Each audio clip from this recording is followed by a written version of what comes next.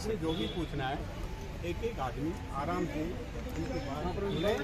आप अपना सेटिस्फेक्शन लें, ठीक है, अपना डाउट दूर करें। सारे अपने परिवार अपने बच्चे आर्गूमेंट करेंगे, बहस करेंगे, शोर मचाएंगे तो कोई फायदा नहीं है, कोई फायदा नहीं। चिल्लाने से, हंगाम आवेश मारने से, एंगर होने से कोई फायदा नहीं। वो आप बहुत ज़्यादा पढ़े लिखे हैं, वो आपको शोभा भी नहीं देता। सर आप अपनी रिस्पॉन्सिबिलिटी से भाग रहे हैं। आप बच्चों को क्वालिफाई बता के डिस्क्वालीफाई कर रहे हैं। आपके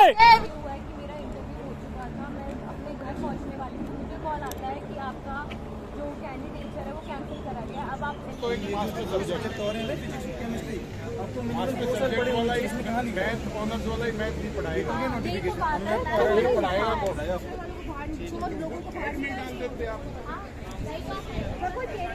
और सर उनके ऑफिशियल वेबसाइट पे भी नहीं है, जो 2 ईयर कंपाइलेशन वाला दिखा है वो वेबसाइट पे नहीं है, लेकिन ये अंदर दिखा है। कहाँ से आ गया? आपसे जो भी पूछना है एक एक आदमी आराम से। सर अभी सर ने हमें आर दिखाने की कोशिश की थी, लेकिन उस आर में कहीं भी टाइम नहीं डिफाइन किया गया कि पूरे 2 साल के लिए आपके पास में 2 और सब्जेक्ट्स होने चाहिए। You are free to approach to court, follow any procedure, raise your voice to video also, no problem. मुझे एलिजिबल लिख के ब्लू पेन की लंच के बाद कहा आप नॉट एलिजिबल, तो आपने पहले कैसे डॉक्यूमेंट वेरीफाई? यहाँ पर वेरिफिकेशन के बाद वो हमारे एक्सपर्ट्स के पास नहीं सर, वो उसी रूम में थे, उसी रूम में। केमिस्ट्री, जुओलॉजी और बॉटनी पढ़ी होनी चाहिए। कहीं नहीं लिखा कि कितने साल, कितने सेमेस्टर, कुछ नहीं लिखा। और ये यहाँ पे कह रहे हैं 2 साल होना चाहिए। हाँ सर, ये कह रहे हैं, ये अपनी रिक्रूटमेंट रूल्स बना रहे हैं। मेरी वाइफ को 2 साल बॉटनी ऑनर्स किया हुआ है और मैंने भी जुओलॉजी और केमिस्ट्री एक सेमेस्टर पढ़ा हुआ है, तो मतलब मैंने तीनों सब्जेक्ट्स ग्रेजुएशन लेवल पे पढ़े हुए हैं और सेम ही क्वालिफिकेशन के साथ मैंने लास्ट रिक्रूटमेंट ड्राइव में इंटरव्यू दिया था यहीं से।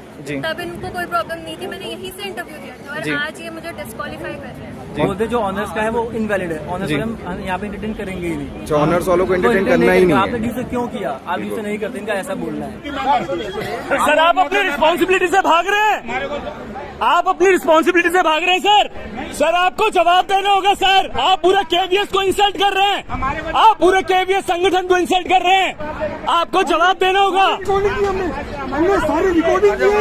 आपने सुबह से बच्चों को बुला के सिर्फ परेशान किया है। आप बच्चों को क्वालिफाई बता के डिस्क्वालीफाई कर रहे हैं। आपके नोटिफिकेशन में सब कुछ मेंशन है। आप अपने सर आप पूरे केवीएस को इंसल्ट कर रहे हैं सर। केवीएस हाय हाय हाय हाय केवीएस हाय। यही होगा बेटा, कल भी होगा। हाँ, सारे ले लिए बायोडाटा वगैरह सब कुछ एलिजिबल किया उसके ऊपर, मैंने साइन नहीं किया उसको। साइन नहीं किया ना, वो ठीक है। आप और नाम लिखवा दीजिए। बच्चे अपना नाम लिखवा दें आके। नाम का कोई इशू नहीं है, आयु आएगा तुम्हारा मामला करेगा, मैं पीसीआर से भी, ठीक है, तो आपको दिक्कत नहीं है। आपने कोई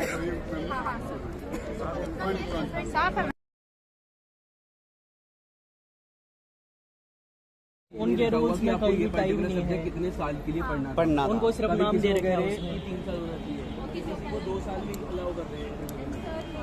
हुआ है कि मेरा इंटरव्यू हो चुका था, मैं अपने घर पहुंचने वाली थी, मुझे कॉल आता है कि आपका जो कैंडिडेट है वो कैंसिल करा गया, अब आप एलिजिबल नहीं हो।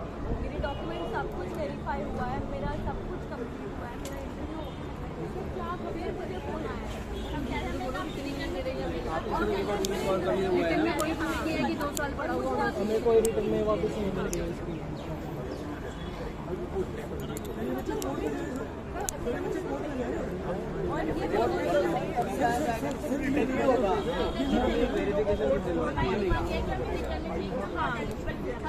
दो साल पढ़े वही अप्लाई करेंगे। और ऑनर्स में ऐसा होता है, ऑनर्स तो एक मास्टर सब्जेक्ट केमिस्ट्री आपको मास्टर सब्जेक्ट वाला इसमें कहा नहीं, मैथ ऑनर्स वाला ही मैथ भी पढ़ाएगा, नोटिफिकेशन पढ़ाएगा कौन, तो ऑनर्स को बढ़िया माना जाता है। और सर और तो बोले दिल्ली यूनिवर्सिटी के ऑनर्स को नहीं मानते, जब तक पढ़े तो मानते थे भाई ऑनर्स वाला पढ़ा।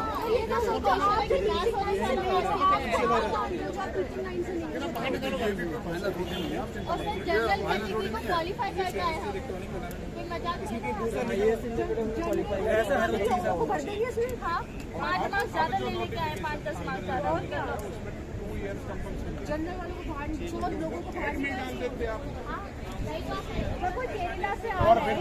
सर उनके ऑफिशियल वेबसाइट पे भी नहीं है, जो 2 ईयर कंपाइलेशन वाला दिखा है वो वेबसाइट पे नहीं है, लेकिन ये अंदर दिखा है। कहाँ से आ गया?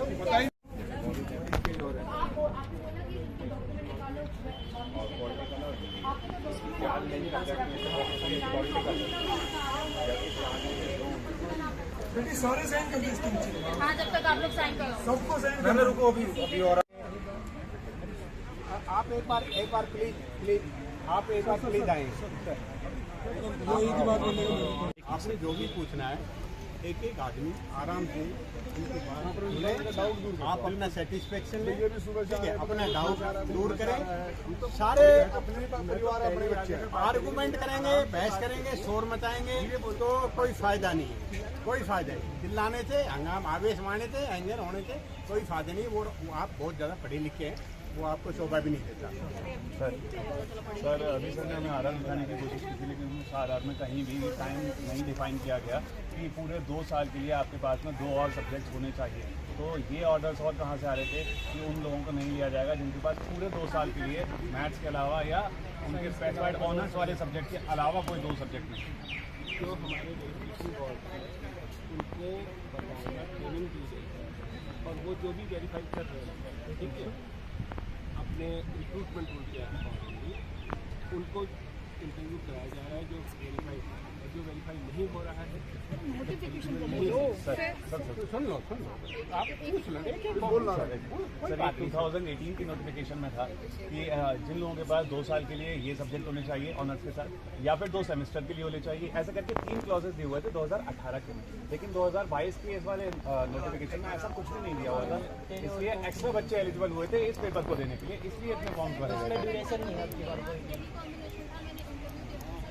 जो इसका भी यही कॉम्बिनेशन था का इंटरव्यू हो गया था फिर इसमें ऐसा कोई भी रूल नहीं है जो मैं इनएलिजिबल करता हो, इसलिए हमारे ये आर्ग्यू है। अगर कोई लाइन ऐसी जो मैं इनएलिजिबल करता है नोटिस में या फिर आरआर में तो हम खुद ही चले जाएंगे सर। जो हमारे को इंफॉर्मेशन समझाया उसके अकॉर्डिंगली 3 विषय 3 सब्जेक्ट होने चाहिए। ऑनर्स वाला जो होता है वो केवल एक विषय होता है, बाकी उसके सप्लीमेंट्री कोर्सेज होते हैं, इसलिए ऑनर्स वाला कोई भी पीजीटी के लिए सेलेक्ट नहीं। सर ये यूजीसी भी कहता है, इसे यूजीसी में मेरे जो इक्विवेलेंट सर्टिफिकेट है मेरे दयालबाग से है, उसमें ये चीज़ क्लियर लिखा हुआ है कि जो बीएससी ऑनर्स की डिग्री है it is equivalent to the BSc degree with zoology, botany and chemistry and aforesaid is certified by UGC. जो हमारे रिक्रूटमेंट रूल में हमें बताया गया जी, ठीक है, हम उसको फॉलो। कहाँ लिखा हुआ है? लिखा कहाँ है बताना। कोई फायदा नहीं, वही फिर पढ़े लिखे वाली बात नहीं करे। आप एक एक बोलो ना, एक सभी बोलो, सभी का ना, जो जिसने भी सभी ने पूछना है सबका आंसर देंगे। You are free to approach to court, follow any procedure, raise your voice to video also, that is no problem. Return में दे दो। For that, I am telling you, जब आप आए हैं सबसे पहले आपका जब रिटर्न हुआ था तो आपकी बायोमेट्रिक पानी दे अभी आज जब आए हैं तब भी आपकी बायोमेट्रिक हुई है। वो बायोमेट्रिक अटेंडेंस सीबीएसई ने एप्टेक कंपनी को जिसपे थ्रू ये एग्ज़ाम कराया है उनके पर्सन्स ने, उनके रिप्रेजेंटेटिव ने वो बायोमेट्रिक अटेंडेंस लेकर के अपलोड की है। तो वो पूरा रिकॉर्ड हमारे मुख्यालय के पास है, आप चाहें तो आरटीआई के माध्यम से उससे मांग सकते हैं। तो आप हमें रिटर्न में दे दीजिए कि हम एलिजिबल थे। मेरे डॉक्यूमेंट्स वेरीफाई हुए प्रॉपरली, मैंने इंटरव्यू दिया, मेरा इंटरव्यू हुआ, मैं और इंटरव्यू देके हर चीज़ ओके करके जा चुकी थी अपने घर पे। मुझे कॉल आता है कि आपका कैंडिडेट कैंसिल किया गया है। मैं घर से वापस आई हूँ, मुझे उस टाइम से अगर आप लोगों के पास ऑलरेडी सारी की सारी इन्फॉर्मेशन है कि आपको ये कैंसिल करना है, ये क्राइटेरिया था, तो मेरा फिर पहले ही interview cancel proper verify. Sir अगर ऐसा है तो सर आप एक आरआर की हमें कॉपी दे दीजिए और जो इंटरप्रिटेशन आया उसकी एक हमें प्रिंटेड कॉपी दे दीजिए। आरआर हम वही फॉलो कर रहे हैं जो हमारे एडवर्टीजमेंट के लिए।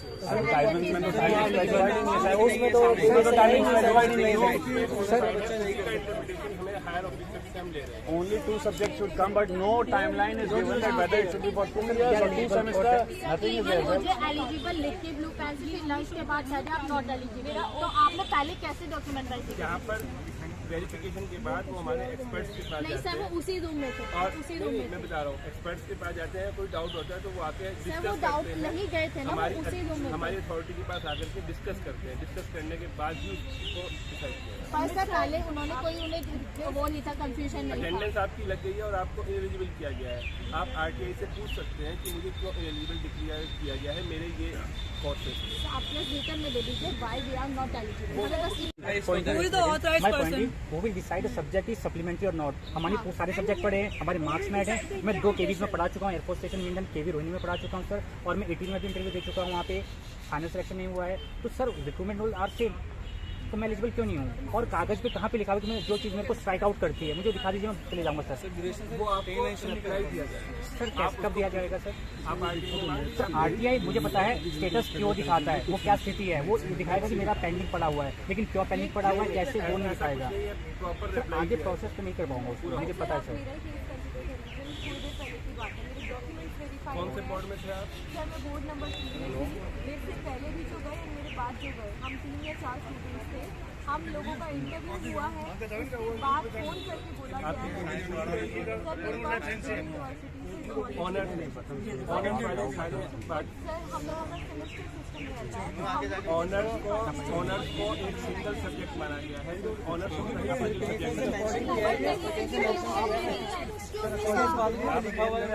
डिसीजन से मिलकर आए हैं।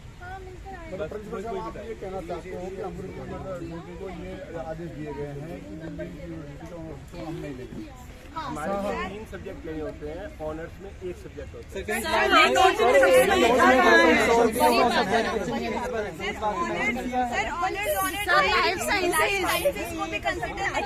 सर ये 5 मंथ्स हो चुके नोटिफिकेशन को। उसका डिफरेंस पहले सर ऑनर्स नहीं है, तो मैं अभी भी समझाने के लिए तैयार हूँ। आपके साथ क्या दिक्कत है? सर मेरा सही केस है कि मैं टीजीटी साइंस के लिए यहाँ पे अपेयर हुई इंटरव्यू के लिए, उसमें लिखा है कि केमिस्ट्री, जूलॉजी और बॉटनी पढ़ी होनी चाहिए। कहीं नहीं लिखा कि कितने साल, कितने सेमेस्टर, कुछ नहीं लिखा। और ये यहाँ पे कह रहे हैं 2 साल होना चाहिए। हाँ सर ये कह रहे हैं, ये अपने रिक्रूटमेंट रूल्स बना रहे मेरी हैं। वाइफ को 2 साल बोला है। जबकि मैंने मेरा ऑनर्स कोर्स है, तो मैं 3 साल जूलॉजी पढ़ूंगी और मैंने 1 साल केमिस्ट्री पढ़ा है और फिर अगले साल बॉटनी पढ़ा है। ऑनर्स डिग्री में तो ऐसा ही होता है। और नोटिफिकेशन के हिसाब से मैं बिल्कुल मेरे सारे मतलब बिल्कुल सही है। और कोई बच्चा है? मैंने भी बॉटनी ऑनर्स किया हुआ है और मैंने भी जूलॉजी और केमिस्ट्री एक सेमेस्टर पढ़ा हुआ है। तो मतलब मैंने तीनों सब्जेक्ट्स ग्रेजुएशन लेवल पे पढ़े हुए हैं और सेम ही क्वालिफिकेशन के साथ मैंने लास्ट रिक्रूटमेंट ड्राइव में इंटरव्यू दिया था यहीं से। तब इनको कोई प्रॉब्लम नहीं थी, मैंने यहीं से इंटरव्यू दिया था और आज ये मुझे डिस्क्वालीफाई कर रहे हैं। और जो ऑफिशियल इनका जो नोटिफिकेशन में है, क्या वो बातें हैं जो यहाँ सामने कही जा रही हैं? ऑफिशियल नोटिफिकेशन में उन्होंने सिर्फ यही लिखा है कि ग्रेजुएशन लेवल पे फिजिक्स में केमिस्ट्री, जूलॉजी और बॉटनी पढ़ा होना चाहिए। कहीं नहीं लिखा कि 2 साल पढ़ा होना चाहिए। कुछ भी ऐसे नोट्स कहीं नहीं है। रीजन ये दे रहे हैं कि there is a difference between subject and paper. आपने सब्जेक्ट और पेपर में कंफ्यूजन पाल लिया है और आपने पेपर दिया, सब्जेक्ट नहीं दिया। मतलब उनके हिसाब से कंफ्यूजन बच्चों ने क्रिएट किया है कि जो मेरी मार्कशीट में फिजिक्स है वो पेपर है, सब्जेक्ट नहीं है। आप इनका ये बोलना है कि फॉर टीजीटी साइंस जो बायोकेमिस्ट्री सब्जेक्ट है वो एज ए केमिस्ट्री काउंट नहीं होता है। ऑल्दो जो बायोकेमिस्ट्री वाला बंदा जो एमएससी बायोकेमिस्ट्री करता है वो इनके नोटिफिकेशन से टीजीटी में केमिस्ट्री पढ़ा सकता है, बट वो टीजीटी में केमिस्ट्री पढ़ा सकता है। अच्छा। बोलते हैं आपका बायोकेमिस्ट्री से केमिस्ट्री काउंट नहीं हो सकता, वो केमिस्ट्री नहीं आती है उसके अंदर, राइट। और ये बोलते हैं कि आपको 3 साल या 2 साल आपको जूलॉजी, बॉटनी, केमिस्ट्री चाहिए। बोलते हैं जो ऑनर्स का है वो इनवैलिड है, ऑनर्स हम यहाँ पे एंटरटेन करेंगे ही नहीं। ऑनर्स वालों को एंटरटेन करना ही नहीं है। आपने ड्यू से क्यों किया? आप ड्यू से नहीं करते, इनका ऐसा बोलना है। तो अब ऑनर्स का बच्चा कभी 3 साल 3 चीज नहीं पढ़ सकते, ड्यू का रूल है जी। तो ड्यू यहाँ पे इनवैलिड है, मतलब ड्यू का बेकार है, एक तरीके से इनवैलिड हो गया इनके लिए। इनवैलिड है वो चीज, सर्टिफिकेट खराब होगा हमारा। जैसा इन्होंने कहा उस हिसाब से तो इनवैलिड ही हो गया। बिल्कुल ठीक है, थैंक यू।